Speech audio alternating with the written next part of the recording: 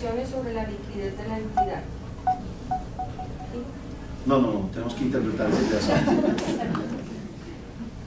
Dice, los aportes de los socios no integrarán el patrimonio de la entidad. Si las citadas cláusulas de qué, de los estatutos y demás, o los reglamentos, prohíben el reembolso únicamente cuando se cumplan ciertas condiciones, tales como restricciones sobre la liquidez de la entidad. Uno entendería allí que está el famoso capital y la liquidez, porque esa partecita no sería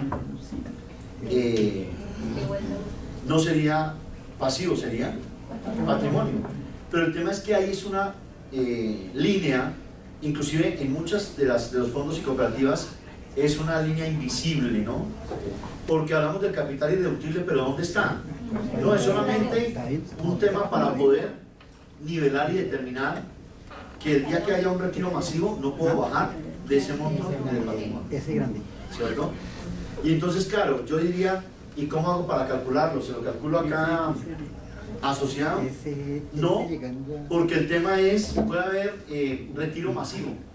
Y entonces, como todos hicieron fila, los primeros 50 sí y los demás no. Entonces es un tema bastante complejo, porque es simplemente como funciona en el sector financiero, el patrimonio técnico, que no se puede rebajar de más del 9%, o si no la compañía entra en vigilancia especial por parte de la superintendencia. Aquí en este caso funciona exactamente igual, pero no significa que ese sea el patrimonio de la sociedad, porque hay de muchos que yo finalmente puede ser que me retire en un año, en 2 años, 3 años, o en un mes, o en 2 meses, o en una semana. Entonces, desde ese punto de vista, digamos que lo que están planteando en este concepto es, hay que definir, o por ley, o por estatutos, o por un reglamento que está. Y ahí sí, les toca a cada uno de ustedes ir y revisar sus estatutos. Asumamos que es por estatutos. Pregunta, ¿se han leído los estatutos de sus fondos y cooperativas?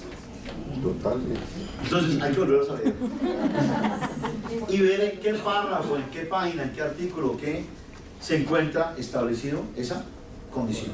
O si no, eso es parte de plantear la modificación. Pero partamos de que usted en el fondo hay una cláusula que dice no hay derecho incondicional, o sea, el asociado en cualquier momento se puede retirar y solamente debe cumplir el requerimiento de solicitarlo con 2 o 3 días de anticipación para poder hacer los trámites administrativos. O sea que eso es efectivo, contante y sonante, que se lo entrego en el momento de su retiro. Si es así, entonces, ¿qué diríamos? De los aportes, o sea que esto hay que montarlo para cada compañía. Entonces digamos que el fondo Unicol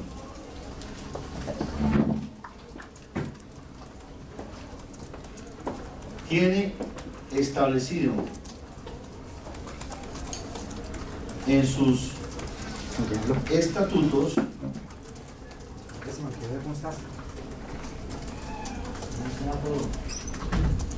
la devolución total de los aportes efectuados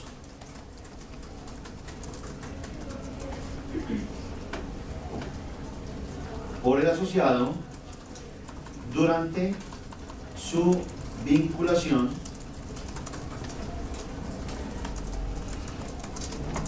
y ahí copiarán lo que aquí casi que dejamos nota, es tomar lo establecido en los estatutos. Entonces, ¿cuál sería el reconocimiento? En el reconocimiento inicial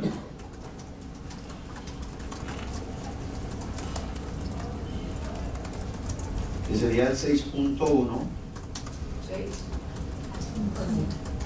Sí, señora, en medio 6. Reconocimiento inicial. Los aportes, estos aportes, ¿cómo los podemos llamar? Antes, ¿cómo se llamaban? Aportes sociales. ¿Les deberíamos cambiar el nombre? No. los aportes sociales se reconocerán como un pasivo financiero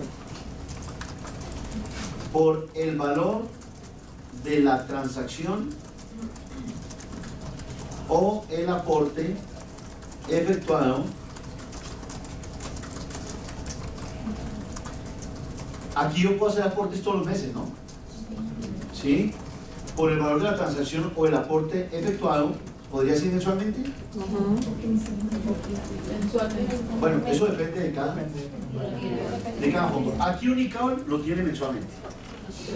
¿Sí? Entonces, ahí estaría definido que es por el valor de la transacción. Una pregunta, antes no estaba permitido que las personas hicieran aportes adicionales, aportes sociales adicionales. Ahora con normas internacionales eso es En mi concepto no, porque el tema es que ya no es un aporte, es un ahorro, el que tiene porque es un pasivo financiero. Y todo se tiene que supeditar a lo que diga el estatuto. Si el estatuto dice, está prohibido que el asociado haga aportes extraordinarios, exactamente, eso debe quedarse en el estatuto. Claro, pero es que el tema es que ya qué concentración va a existir. Si acaso es un tema de captación, ¿no? No, que cuando había restricciones era para eso, para evitar que hubiera concentración. Ah, ok. Y de fuera súper la que nos que nadie tener más del 50%. Claro, entonces desde ese punto de vista, pues que ya no hay patrimonio. O sea, el 50% del pasivo. Claro, podría decir, no, pues es que el fondo ya es de un solo, porque tiene más del 50%. Entonces, desde ese punto de vista, ¿cuál sería mi recomendación? Que todos esos temas que ustedes han vivido con la parte de supervisión de la superintendencia, con lo que han modificado los estatutos, pues simplemente eso, hacerlo parte integral de la modificación de estatutos. Ahora, eso que acaban de mencionar, que ninguno tenga aportes superiores al 50%, que no se puedan hacer aportes extraordinarios superiores al 10%, eso podría quedar reglamentado ¿en dónde? En el estatuto. Y si ustedes observan la norma internacional, ¿a dónde los envían? Al estatuto. Por eso dice leyes, reglamentos o estatutos. No se me vayan a dormir, ¿no? Que por ser el último día. Bueno, ese es el reconocimiento inicial. Ahora bien, si esto fuera patrimonio, ¿qué diríamos? Que el reconocimiento se hará en la parte en la cual el fondo tiene el derecho incondicional a rechazar la devolución, será patrimonio. En la propuesta que acaban de mencionar, ¿qué dirá la política contable? Que se reconocerá como patrimonio el 2% del primer aporte efectuado por el asociado. Y que eso no es exactamente, que no es reembolsable. Y entonces ahí quedaría el reconocimiento inicial. Porque ahí es donde estamos diciendo que va a patrimonio, que va a pasivo financiero. Ese sería el reconocimiento inicial. Ahora nos vamos para medición posterior, que sería el 6.2.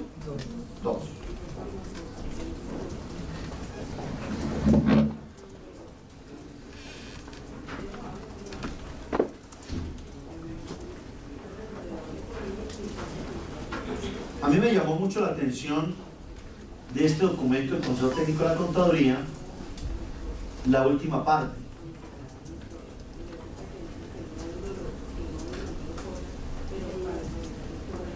Y esta es valoración de instrumentos financieros. Dice, en la ley para pymes no existe un requerimiento que exija medir los activos y pasivos financieros por su valor razonable, más bien los requerimientos de medición en sí en el registro inicial por el precio de la transacción y la medición en periodos posteriores por el costo amortizado. Habla de la sección 11.13 a 11.20. Así es improbable que una entidad que fondea sus operaciones con los mismos recursos de sus asociados tenga que utilizar el valor razonable para ajustar el valor en libros de sus préstamos o cartera de créditos. Eso significa que aquí está haciendo referencia es que el tema de préstamos, cuando está fondeado por los socios, ¿cierto? Pues realmente eso va a costo amortizado, que fue lo que vimos en el instrumento financiero. Pero ¿qué pasaría con los aportes de los asociados. Pues realmente yo sé cuándo se van a retirar. O sea que no tengo una fecha cierta para poder descontar los flujos de caja. Y puede ser que unas veces sí, sea por el IPC, otras por un porcentaje, o sea, realmente la definición la tiene directamente la asamblea. En mi concepto debería medirse a valor razonable. O sea que lo que tengo ahí es lo que voy a devolver en cualquier momento. Entonces, desde ese punto de vista, en la medición posterior,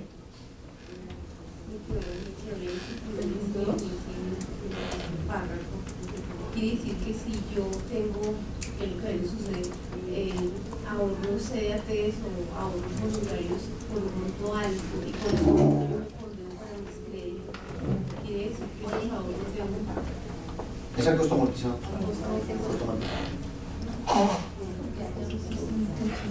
Claro, porque tiene una fecha cierta para efectos de evolución. Medición posterior. Los aportes sociales se medirán al cierre de cada periodo por su valor razonable. No tendría que decir nada más. ¿Y el valor razonable cuál puede ser? Que en ese año digan, tuvimos un excedente de 200 millones, por favor distribuyámoslos a prorrata de la participación. Por lo que ustedes mencionaban, se le va a remunerar en el IPC, pues automáticamente ese es su valor razonable. Que en el momento en que se retire, ¿cuánto le devuelvo? Lo que tenga en esa cuenta. Lo que tenga en esa cuenta.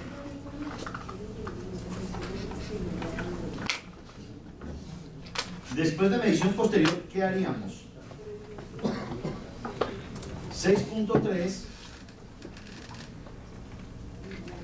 revelación. Sin embargo, miremos